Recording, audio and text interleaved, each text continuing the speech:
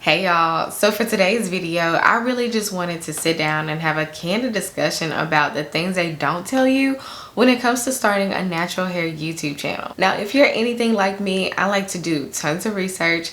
I have watched so many videos about how to grow on YouTube, but when it comes to the natural hair community specifically, the information really isn't there. So this is my contribution to the natural hair community, especially if you're thinking about starting a channel or if you find yourself struggling with just growing on this platform. Then I suggest you stick around. It won't be long, I promise. And at the end, I'll share with you how much I made my first paycheck on YouTube. So the thing about YouTube is you have to feed the algorithm. So my first tip is to pick multiple topics that you are going to talk about on this platform. Don't set yourself up to where you are only talking about natural hair and you feel like every video you have to do your hair, because one, it's gonna take a toll on your hair, and two, it's gonna be a chore to set up and film and record every single wash day that you do, and it's gonna make it harder for you to stay consistent. So if you can pick at least 2 to 3 topics, whether it's fitness, food, lifestyle, plants, fragrance, like your job, your hobbies, like anything, DIYs, decor, anything that you can add to really make your YouTube channel your own, and also take the stress of always posting hair content, because trust me, it gets stressful, it gets overwhelming. I definitely suggest just building their audience off the gate. It might take you longer to grow because YouTube won't know where to put you in the algorithm, but trust and believe me, when people start seeing your videos and they have other videos that they can watch about that specific topic, it works out better for you in the long run.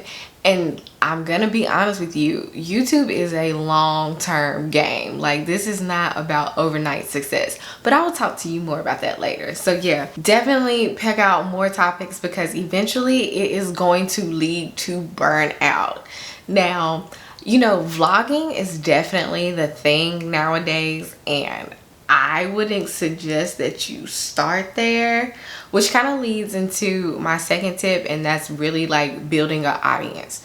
So the reason your favorite influencer or your favorite YouTuber, their vlogs are doing so well is because they have already built that audience. People are already genuinely intrigued about that person. They have a bond with that person. And if you are just showing up on YouTube, showing people your life, I hate to tell you, they don't really care. They don't know you enough to really care, unless you already have an Instagram following or a blog that people already know you and are familiar with you. But like, you just being a Joe Schmo off the street and starting to post videos, people aren't going to be interested in what you ate for breakfast.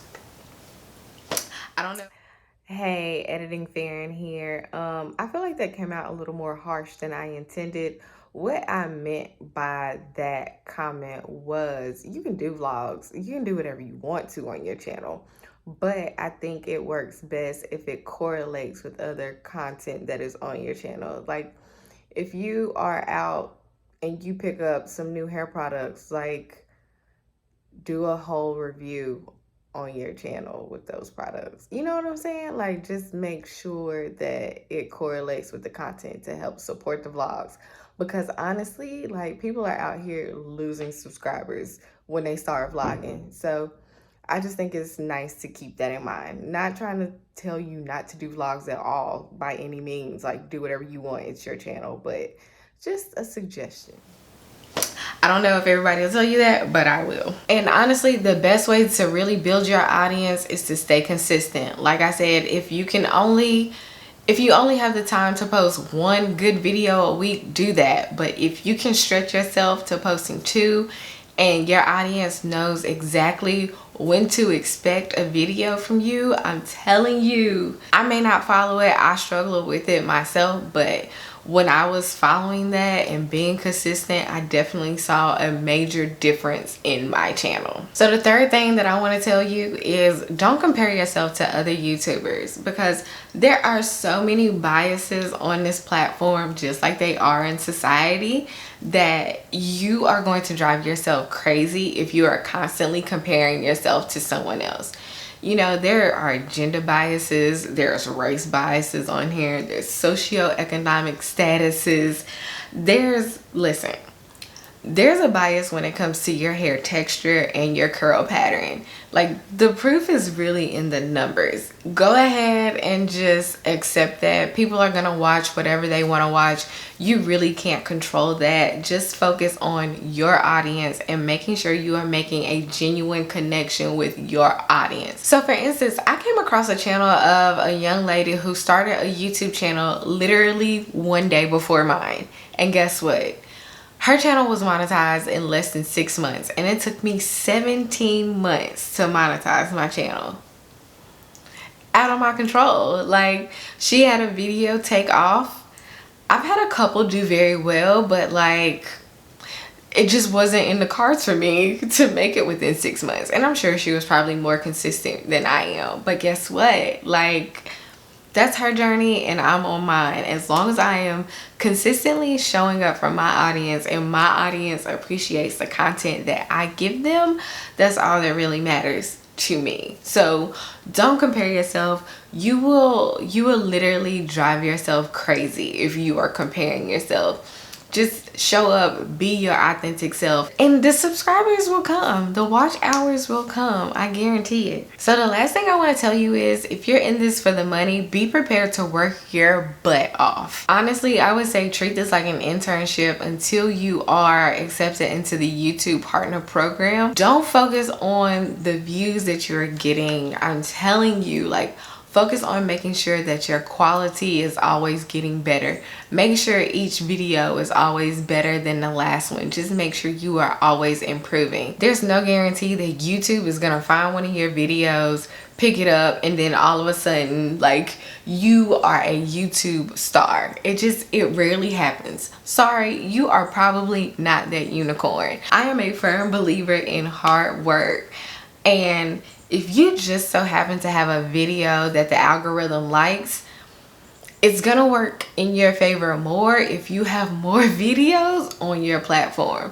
Because I have seen where people have one video take off and that's enough to get them monetized, but guess what? They can't sustain it. They don't have the videos on their channel to support that. So those people come to their channel, they might even subscribe, watch that one video, and never come back.